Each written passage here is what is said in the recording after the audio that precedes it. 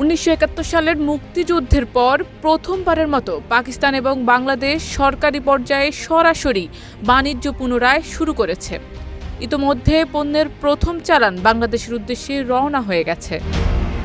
সম্প্রতি express news জানিয়েছে, প্রথম সরকারি অনুমোদিত পণ্যের চালানটি এখন পাকিস্তানের পোর্ট কাসিম থেকে যাত্রা শুরু করেছে। এটিকে দুই দেশের বাণিজ্যিক সম্পর্কের জন্য একটি ঐতিহাসিক পদক্ষেপ হিসেবে বিবেচনা করা হচ্ছে। প্রতিবেদনে বলা হয়েছে, বাংলাদেশ পাকিস্তানের সঙ্গে 50,000 টন চাল কেনার চুক্তি করেছে, যা ট্রেডিং কর্পোরেশন অব পাকিস্তান টিসিপির মাধ্যমে সম্পন্ন হয়েছে। চুক্তিটি ফেব্রুয়ারির শুরুতে চূড়ান্ত করা হয়।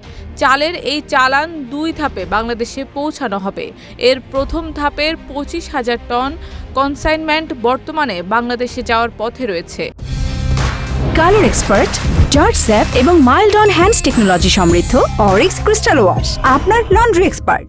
দ্বিতীয় ব্যাচটি মার্চের শুরুতে পাঠানোর পরিকল্পনা করা হয়েছে। এই বাণিজ্য চুক্তি দুই দেশের অর্থনৈতিক সম্পর্ককে শক্তিশালী করবে এবং সরাসরি শিপিং রুটের মাধ্যমে বাণিজ্য প্রবাহ বাড়াতে সাহায্য করবে।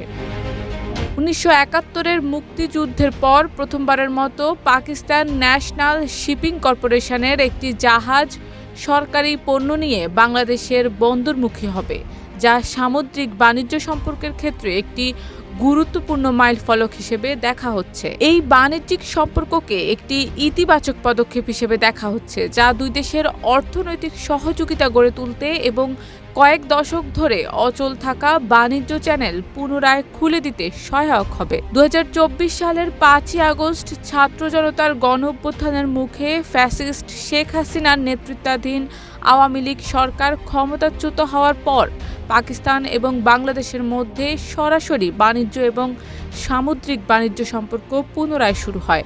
তারই ধারাবাহিকতায় এবার সরকারি পর্যায়ে পণ্য আসছে পাকিস্তান থেকে।